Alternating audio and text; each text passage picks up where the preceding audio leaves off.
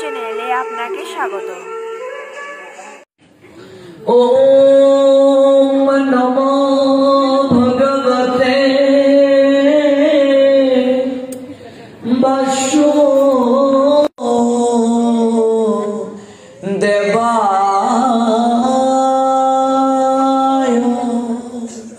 ওম নমো ভগবতে বাসুদেবায়।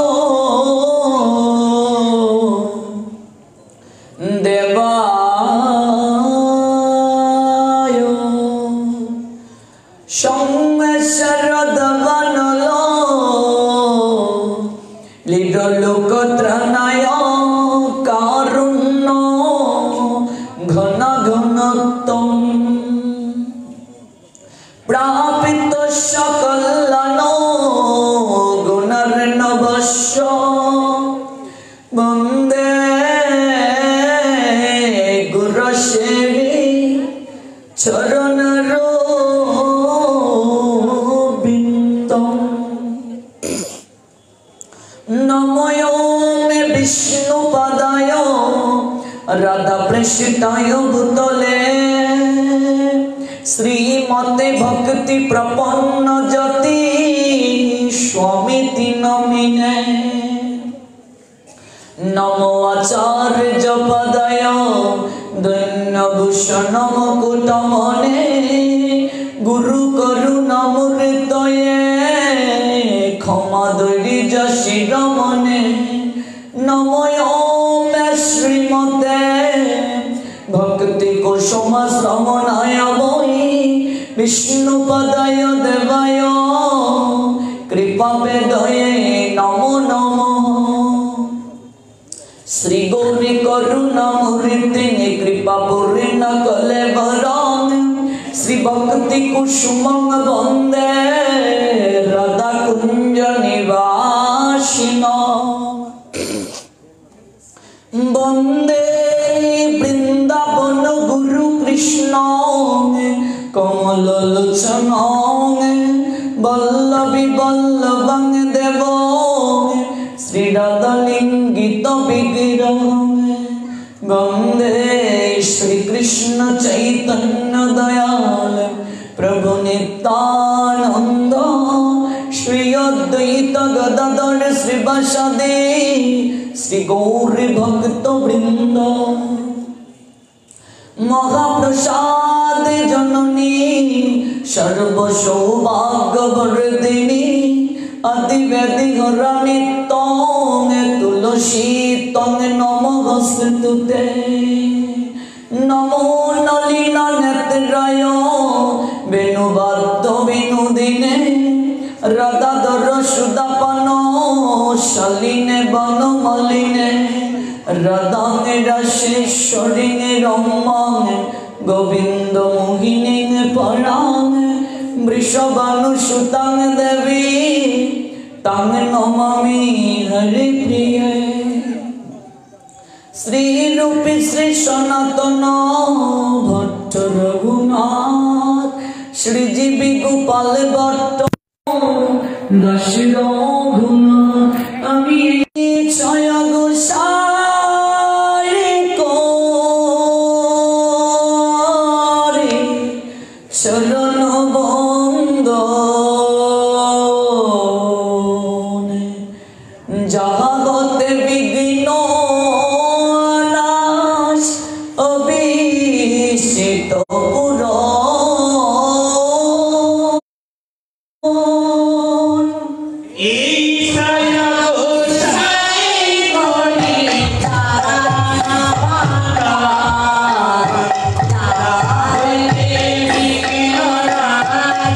Krishna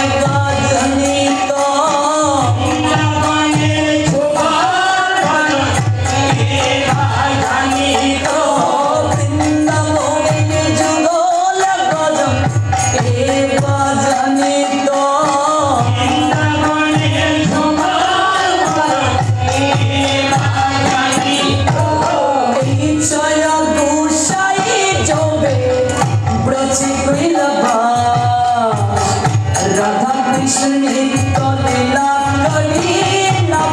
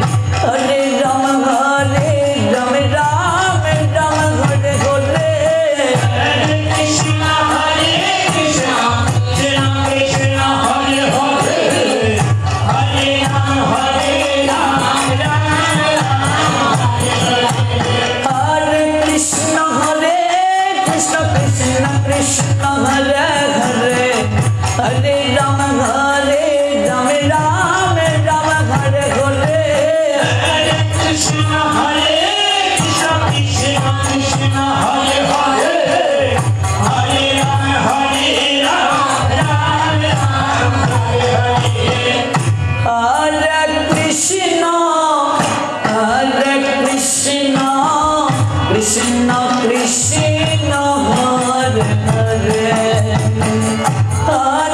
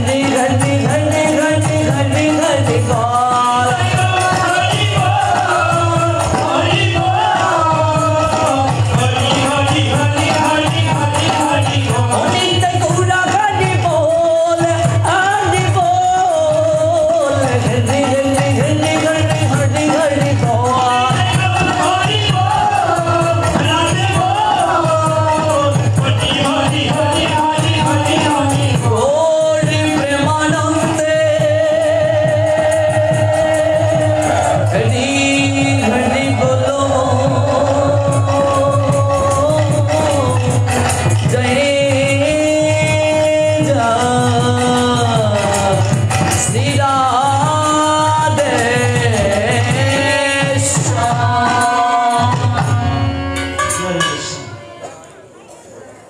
মহাসংযমের মাস দামোদর মাস উপলক্ষে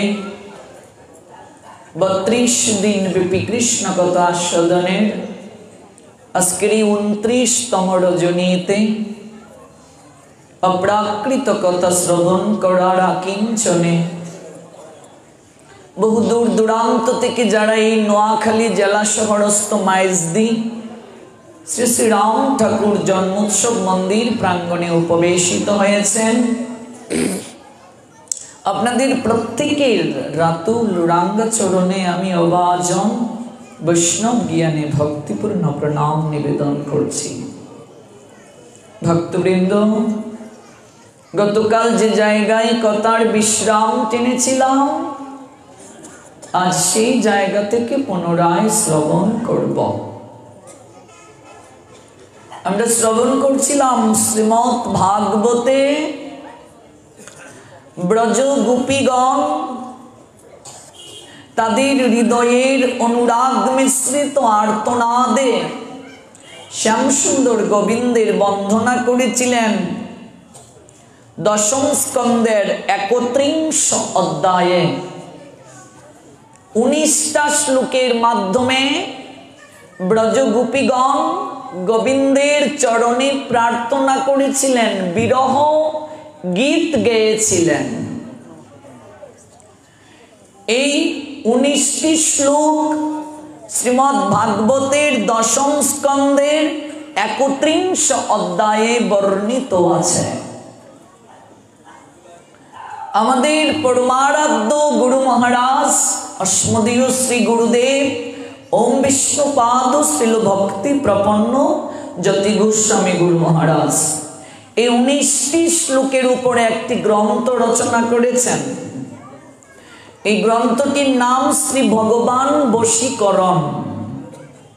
গতকাল বলছিলাম জড় জগতে আমরা এখনো আছি, কিছু কিছু মানুষ, আমি যাকে ভালোবাসি সে যদি আমায় না বাসে, অনেক সময় তান্ত্রিকের কাছে কবিরাজের কাছে যাই তাকে বশীকরণ করার জন্য।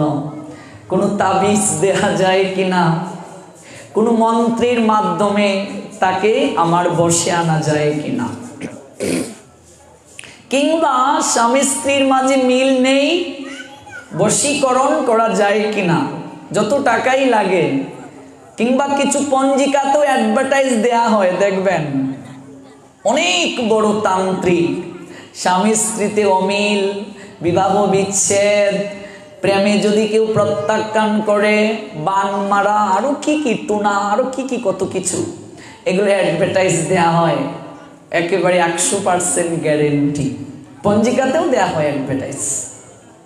কিন্তু একবার ভেবে দেখুন, মন্ত্রের গুণ আছে এখনো, মন্ত্র দ্বারা অনেক কিছুই করা যায়।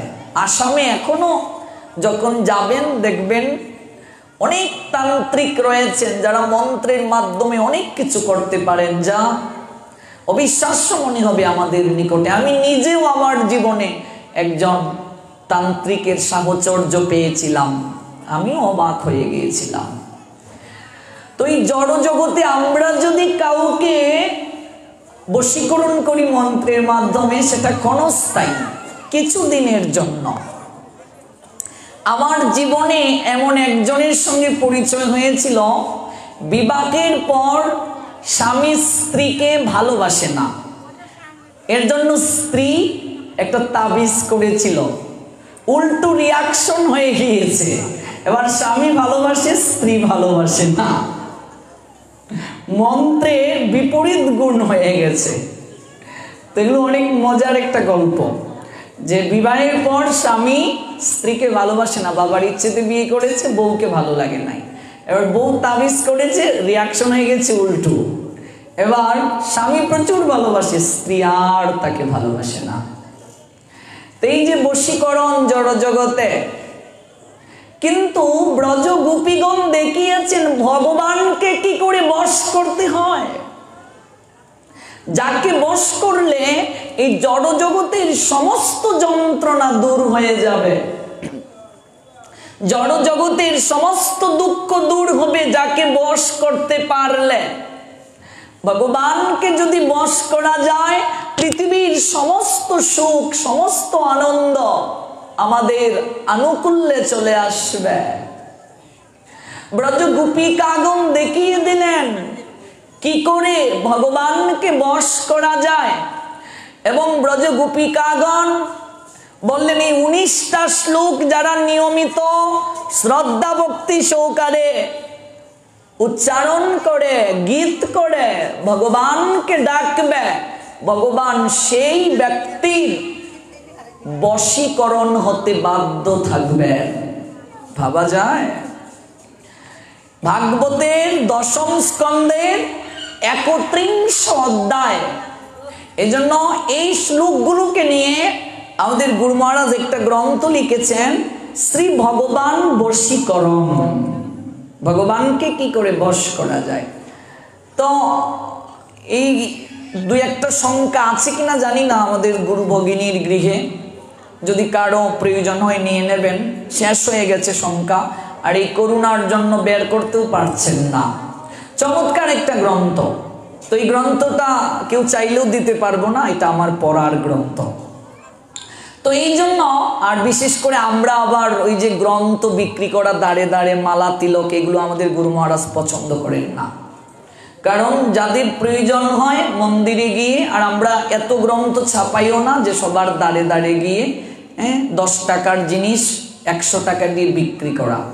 কারণ ধর্মটা আমাদের গুরু মহারাজ ব্যবসা বৃত্তি পছন্দ করেন না, যে 50 টাকার মালা 150 টাকা দিয়ে বিক্রি করা। প্রচার প্রয়োজন আছে, কিন্তু ভজনটাকে বাদ দিয়ে নয়। প্রচার প্রয়োজন আছে, কিন্তু সেই প্রচার করতে গিয়ে নিজের পূর্বতন আচার্য যারা আছেন তাদের আদর্শকে জলাঞ্জলি দিয়ে নয়।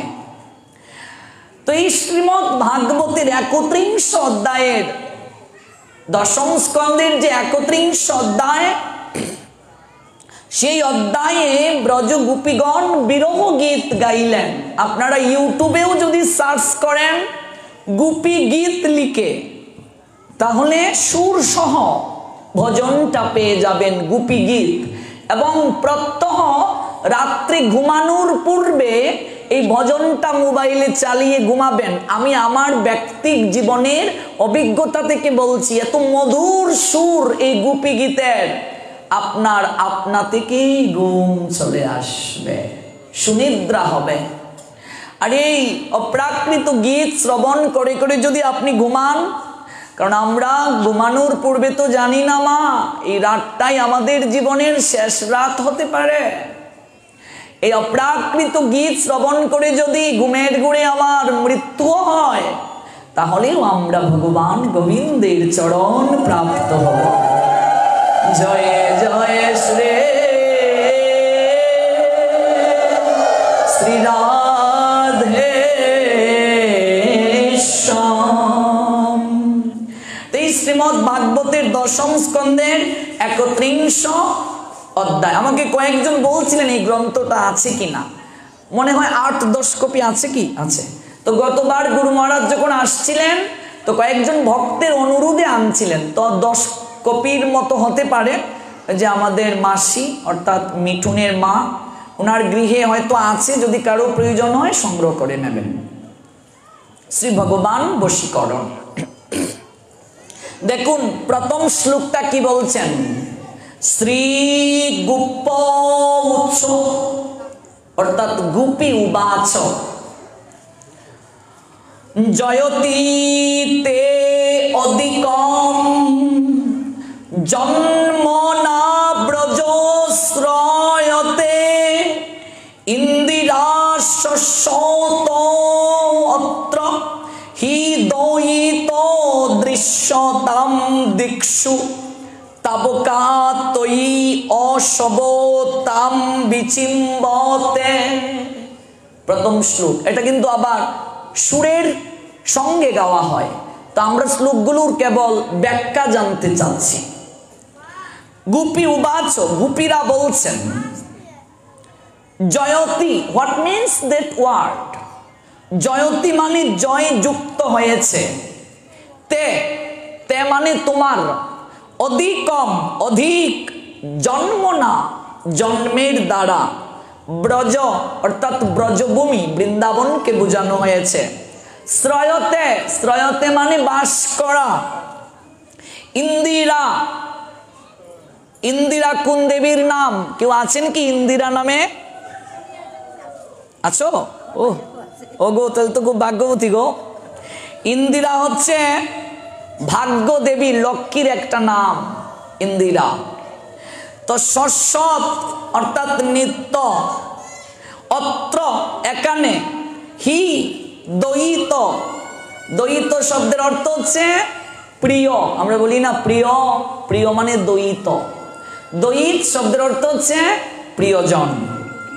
দৃশ্যতাম অর্থাৎ তুমি দর্শন দাও, দিক্ষু অর্থাৎ চতুর্দিকে, তাবকা তাবকা অর্থ তোমার, বলছেন তৈ তৈ মানে তোমার জন্যই, ধৃত ধৃত অর্থ ধারণ করা, অশব তাদের প্রাণবায়ু, তাম তাম মানে তোমাকে, বিচিম্বতে তারা অন্বেষণ করছে।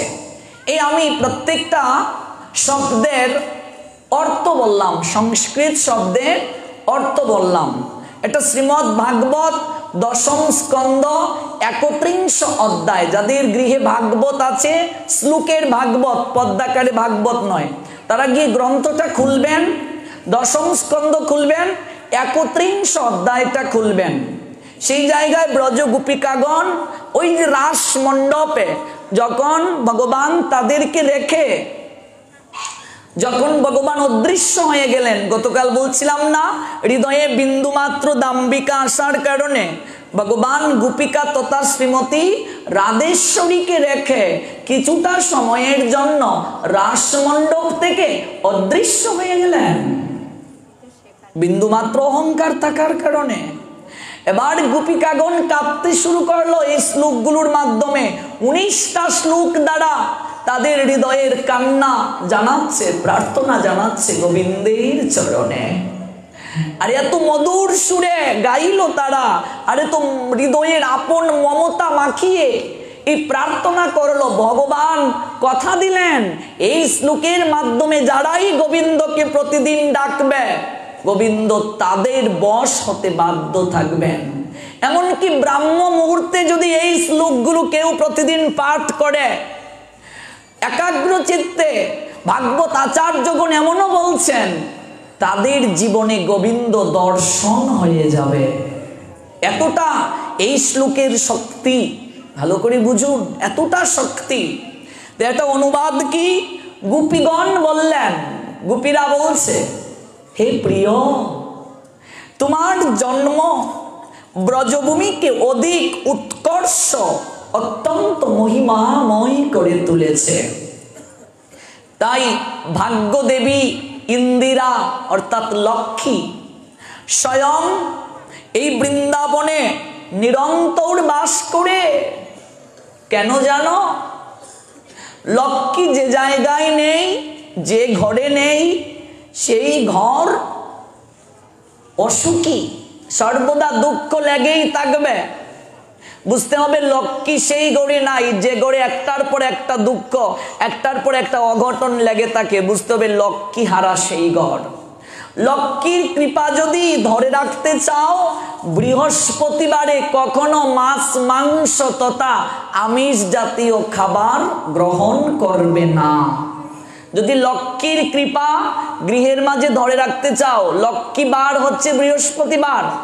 বৃহস্পতিবার যদি পেঁয়াজ রসুন ইত্যাদি রান্না করো, লক্ষ্মী তোমার গৃহে থাকবে না। এই জন্য লক্ষ্মীর কৃপা ধরে রাখতে চাইলে বৃহস্পতিবারে আমিষ জাতীয় খাবার গ্রহণ করা যাবে না।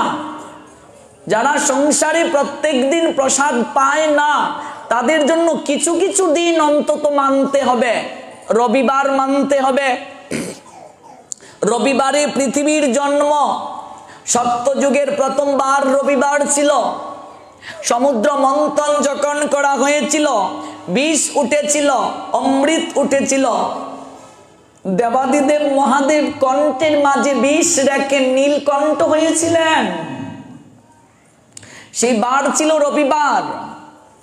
ভগবান আজ থেকে আনুমানিক 5000 বছরের পূর্বে ভারতের হরিয়ানা রাজ্যের কুরুক্ষেত্রে সরস্বতী নদীর তীরে জ্যোতিষর নামক জায়গায় অগ্রহায়ণ মাসের শুক্ল পক্ষের মুখ্যদা একাদশী তিথি রোজ রবিবার সকাল আনুমানিক 8:30 ভিতরে একটা বটবৃক্ষের নিচে বসে অর্জুনকে উপলক্ষ করে জগতের সবাইকে গীতার জ্ঞান দান করেছিলেন। গীতার জ্ঞান যে বারে দান করা হয়েছিল সেই বার ছিল রবিবার, গীতার আবির্ভাব বার। এই জন্য রবিবারে চুল না কাটার চেষ্টা করতে হবে, চুল ফেলা যাবে না। রবিবারে নখ কাটা যাবে না। রবিবারে কোনো প্রকার আমিষ জাতীয় দ্রব্যাদি গ্রহণ করা যাবে না। এবং রবিবারে অবশ্যই শারীরিক সংযম থাকতে হবে। বিশেষ কিছু বার রয়েছে, সংসারী মানুষ যদি সংসারে ভালো থাকতে চায়, যারা প্রত্যহ নিয়ম মানে না, বিশেষ কিছু নিয়ম তাদেরকে মানতে হবে সংসারে ভালো থাকতে গেলে। এইভাবে কেউ যদি শারীরিক সুস্থ থাকতে চায়, এটা বিজ্ঞানসম্মত কথা, পূর্ণিমায় মাংস খাবে না, অমাবস্যায় খাবে না। পূর্ণিমায় যদি মাংস খায়, পূর্ণিমায় মাংস গেলে কি হয়, কারণ মাংসের মাঝে সায়েন্স বলছে বিভিন্ন পোকা এসে আশ্রয় গ্রহণ করে, এই জন্য পূর্ণিমাতে মাংস নিষেধ করেছেন। আজকে আমাদের শরীরে এত রোগ কেন জানো? আমরা তিথিগুলোকে মেনে চলি না। জ্যোতিষ শাস্ত্র বলছেন তিথির সঙ্গে শরীরের একটা যুগসূত্র রয়েছে, তিথির সঙ্গে শরীরের যুগসূত্র রয়েছে, এটা জ্যোতিষ শাস্ত্রের কথা। যেমন প্রথমাতে কি কোন সবজি খাওয়া যাবে না, দ্বিতীয়ায় কোন সবজি খাওয়া যাবে না, তৃতীয়ায় কোন সবজি খাওয়া যাবে না, সেটাও শাস্ত্রে আছে। চতুর্থ তিথিতে কোন সবজি খাওয়া যাবে না, পঞ্চমীতে, ষষ্ঠীতে, সপ্তমীতে, অষ্টমীতে, নবমীতে, দশমীতে, একাদশীতে কি খাওয়া যাবে না। এই জন্য এগুলো তো মনে থাকবে না। এই জন্য যারা কৃষ্ণের সংসার করতে চায়, সংসারে ভালো থাকতে চায়, তারা একটা চার্ট করে রান্নাঘরের পাশে টাঙ্গিয়ে রেখে দেয়। ওরে আজ তো লাউ খাওয়া যাবে না, ওরে আজ তো ঢেঁড়স খাওয়া যাবে না। ঢেঁড়স মানে হচ্ছে আমাদের আঞ্চলিক ভাষা, আপনারা কি বলেন, ভেন্ডি না কি বলেন? ভেন্ডি বলো, আচ্ছা আচ্ছা আচ্ছা, ঠিক আছে। এবার হচ্ছে ওই রে আজকে তো মূলা খাওয়া যাবে না, এভাবে একটা চার্ট টাঙ্গিয়ে তারা রেখে দেয়। কৃষ্ণের সংসার যারা করবে, এগুলো শরীর সুস্থ রাখার জন্য। মনে রাখবেন, ধর্ম আমাদেরকে যে বিধানগুলো দিয়েছে তার একটাই কারণ, শরীর ভালো রাখার জন্য। আমাদের পূর্বতন আচার্যগণ, আমাদের পূর্বতন মুনি ঋষিগণ, তারা এত বছর বাঁচতে পারতেন কেন? এত আয়ু কেন তাদের ছিল? তারা এত মেধাবী কেন ছিলেন? তার একটাই কারণ, তারা ওই নিয়ম মেনে চলতেন। আর আমরা কলিহত জীব, কোনো নিয়ম নেই, কোনো কানুন নেই, যার কারণেই দেখবেন হঠাৎ করে লাইট ফিউজ হয়ে গেছে। কি হলো গো, কি হলো? ওমা, শ্যামানন্দ নাই কি করে, স্ট্রোক করে ফেলেছে, একেবারে হার্ট ফেল হয়ে গেছে।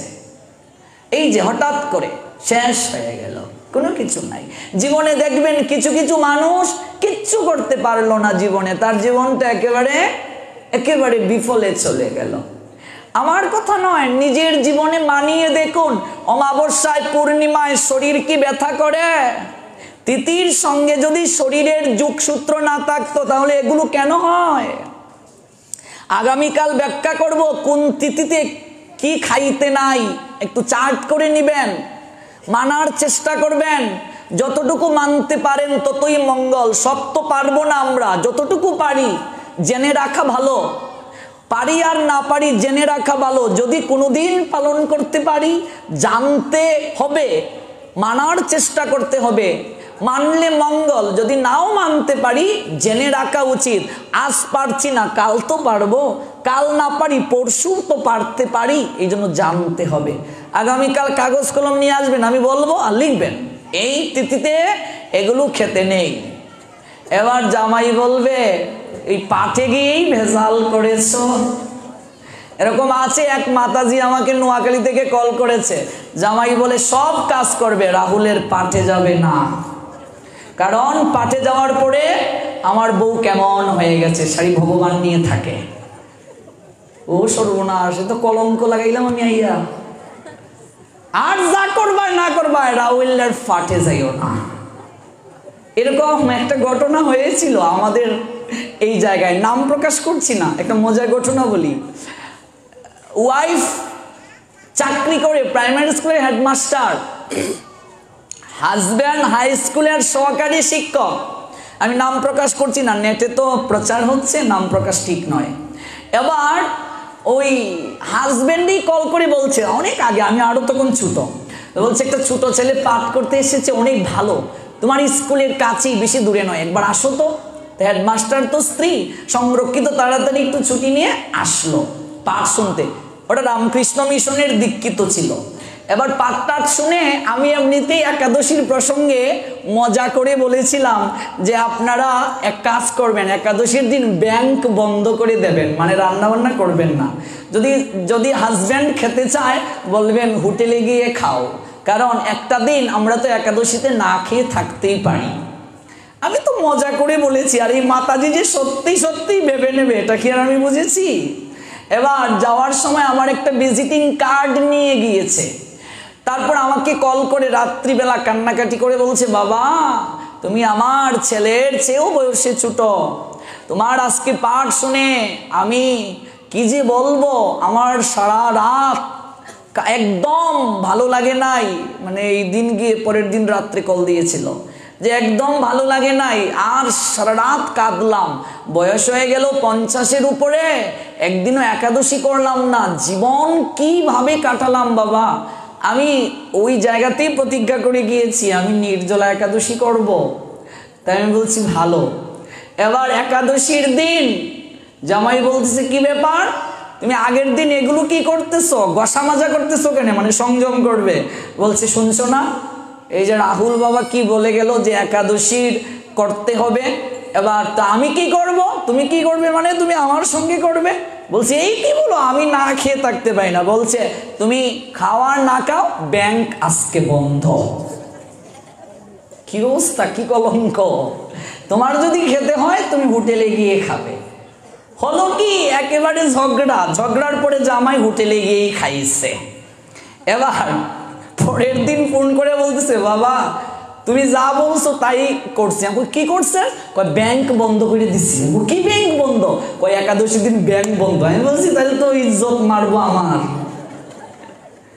পরের একাদশীতে সেম অবস্থা, হোটেলে গিয়ে খাইছে জামাই, পরের একাদশীতে সেম অবস্থা। এবার অবস্থা কি বুঝেন, সংসারে কি লাগবে। এবার পরের একাদশীতে আবার যখন হোটেলে গেল, হোটেলের লোক বলছে, ও দাদা আমি লক্ষ্য করে দেখলাম আপনি 15 দিন পরে আইসা হোটেলে খান, ব্যাপার কি, 15 দিন পর পর কি বৌদির লোকে ঝগড়া করেন, আপনি এর ভিতরে তো আসেন না। এবার এই শরম পাইয়া, মানে লজ্জা পেয়ে আইসা বলতেছে, আর গে হোটেলে খাইতাম না। কয় কেন, কয় যে শরম দিছে আমারে। শোন একটা কথা, তুমি আমারে রুটি কইরে দেলাইও, মানে আপডেট আমাকে মাসি সব জানাচ্ছে, তুমি আমারে রুটি কইরে দেলাইও। এবার মাসি আমারে কল দেখো, আমি কই রুটি খাই তো একাদশী হয় না, আচ্ছা অসুর যেহেতু ফতে আইছে, আচ্ছা ঠিক আছে রুটি কইরা দিলাইও। এবার রুটি কইরা দিল, এবার খাইটিয়া বউ কিচ্ছু খায় না, নির্জলা। এবার তার সামনে তো রুটি খায়, পরের একাদশীতে কয় তুমি কিচ্ছু খাও না, তোমার সামনে আমি রুটি খাই, নিজের কেমন লাগে, অসহায় মনে হয়, এতিম মনে হয়, তুমি কিচ্ছু খাও না, তোমার সামনে আমি খাই, তোমার লোভ লাগে না? হয় না, আমার তো কিছুই লোভ লাগে না। হয় তাহলে আগামী থেকে আমি ফল খাইলেই মনে, তুমি আর রুটি খইরো না, এটা ফাঁপ হইতাছে, তুমি খাও না, আমারে খইরা দেও। দেখো চেতনা কি বলে, এটাই সাধু সঙ্গের প্রভাব, চেতনা কি। এবার তো বেটি একেবারে এমন আনন্দ, এই দিন আবার কি করছে, সন্ধ্যাবেলা আরতি কইরা ভগবানের একের পর আরো ভক্তি দেয়, আরো ভক্তি দেয়। কই কি ব্যাপার, আজকে ভক্তি বেশি দেও কি তা? কয় তুমি এতদিন যে দিছো না, তোমারতেও দিতাছি। আপডেট আমার কাছে সব আইতেছে। এবার যখন 2-3 একাদশী ভাই ফল খাইয়া করলো, আচ্ছা তুমি যদি থাকতে পারো আমি কেন পারতাম না, দেখি ফাড়ি কিনা সন্ধ্যা পর্যন্ত না খাইয়া। এবার সন্ধ্যার পরে ওই যে গুলমরিচের শরবত এটা খাইছে, পরের একাদশীতে ঘুমাই ঘুমাই কয়, শুনো আমাদের 1 মাসের বেতন দিয়ে আমরা বিশাল করে একটা গীতা পাঠ দিলাই রাহুল বাবারে দিয়া। জয় জয় শ্রী শ্রী রাধে। এই যে পরিবর্তন, এটা আমার ব্যক্তিক জীবনের অভিজ্ঞতার কথা, আমি অবাক হয়ে গেলাম, এটাই সাধু সঙ্গের প্রভাব। এই জন্য ওই মাঝখানে ওই বাবা কইছিল, তোমারে আমি কল দিয়ে আনিছিলাম, এর ফাটে ওই রাহুল লাগে কিন্তু আমার পরিবারও মাইল লাগাইয়া গেছে, এখন আমারই গিয়ে হোটেলও খাওয়ানো লাগে। এবার কি ভক্ত হয়ে গেল পাঠ শুনে, আর পাঠ না শুনে কই বাবা পাঠ না শুনলে ঘুমিয়েই আসে না। ভগবান কখন যে কাকে কৃপা করেন, কার মাধ্যমে কৃপা করেন বলা যায় না। এই জন্য এটা ভাববেন না যে আমি আবার আপনাদের পরিবারও মাইল লাগাইয়ে যেতেছি, মানে ঝগড়া সৃষ্টি করে যাচ্ছি। কোন তিথিতে কি সবজি নিষেধ করেছেন আমাদের শাস্ত্র, এই বিষয়গুলো আগামীকাল একটু বলার চেষ্টা করব। এই জন্য বলছেন লক্ষ্মী দেবী, যার একটা নাম হচ্ছে ইন্দিরা, এই লক্ষ্মী দেবী স্বয়ং বিরাজ করছেন। কোথায় বিরাজ করছেন? বৃন্দাবনে। কারণ কি? ভাগ্যদেবী ইন্দিরা সর্বদা বসবাস করেন। কেন বসবাস করেন? লক্ষ্মী তো ঐশ্বর্যের দেবী, তার তো বৃন্দাবনে প্রবেশের অধিকার নাই। মনে রাখবেন, লক্ষ্মী শুধু ধন দেন তা নয়, লক্ষ্মী কৃষ্ণ ধনও দিতে পারেন, লক্ষ্মী চরিত্র ধনও আমাদের দান করেন। লক্ষ্মীর কৃপা যার উপর আছে তার চেহারায় লাবণ্য থাকে, সৌন্দর্য থাকে। লক্ষ্মী অনেকভাবে আমাদের কৃপা করেন। বৃন্দাবনে সবাই সুখী, তার কারণ কি? মা লক্ষ্মীর আশীষ রয়েছে, মা লক্ষ্মী সর্বদা সেই জায়গায় থাকেন। কারণ কি? তার কারণ হচ্ছে মা লক্ষ্মীরও যিনি আরাধ্য অনাদিরাদি শ্রী গোবিন্দ ভগবান, সেই ভগবান ব্রজধামে লীলাবিলাস করছেন। তাই মা লক্ষ্মী তিনি সর্বদা সেই অপ্রাকৃত চরণ রেণু পাওয়ার জন্য, গোবিন্দের চরণধূলি পাওয়ার জন্য নিয়ত তিনি ব্রজধামে অধীর আগ্রহে অপেক্ষা করেন। এই জন্য বলছেন ব্রজগোপিকারা, হে প্রাণনাথ, আমরা বৃন্দাবনে সবাই সুখী। স্বয়ং ইন্দিরা ভাগ্যদেবী তিনি নিরন্তর বাস করছেন। কিন্তু হে প্রাণনাথ, আমরা তোমার অনুগতা দাসী, আজ তোমার জন্য আমরা কাতর হয়ে সর্বদিকে অন্বেষণ করছি, তোমাকে কোনো দিকেই দৃশ্যমান অবস্থায় দেখছি না, তোমাকে খুঁজে পাচ্ছি না। হে প্রাণনাথ, আমরা তো পরম সুখী ছিলাম। কেন জানো? তার কারণ হচ্ছে তুমি যে জায়গায় বিরাজ করো সেই জায়গার কেউ কি অসুখী থাকতে পারে? কিন্তু আজ তুমি আমাদেরকে রাসমণ্ডলে রেখে কোথায় তুমি অদৃশ্য হয়ে গেলে, কোথায় তুমি হারিয়ে গেলে? হে প্রাণনাথ, তুমি কৃপা করে আমাদেরকে দর্শন প্রদান করো। এই হচ্ছে প্রথম শ্লোক। অজুর ধারায় ক্রন্দন করছেন, হে প্রাণনাথ, তুমি কৃপা করে আমাদেরকে দর্শন দাও। মধুর সুরে গান গাইছেন ব্রজগোপিকারা, শুনো হে দয়িত ব্রজে জনম তোমার। হে দয়িত অর্থাৎ হে প্রিয়তম, এই ব্রজধামেই তোমার জন্ম। ব্রজের সমৃদ্ধি সুখ পূর্বয় পার, শুনকে প্রাণপতি আনন্দে ইন্দিরা সতী। শুনো শুনো প্রাণপতি আনন্দে ইন্দিরা সতী, তোমা লাগি ব্রজভূমে করেন বিহার।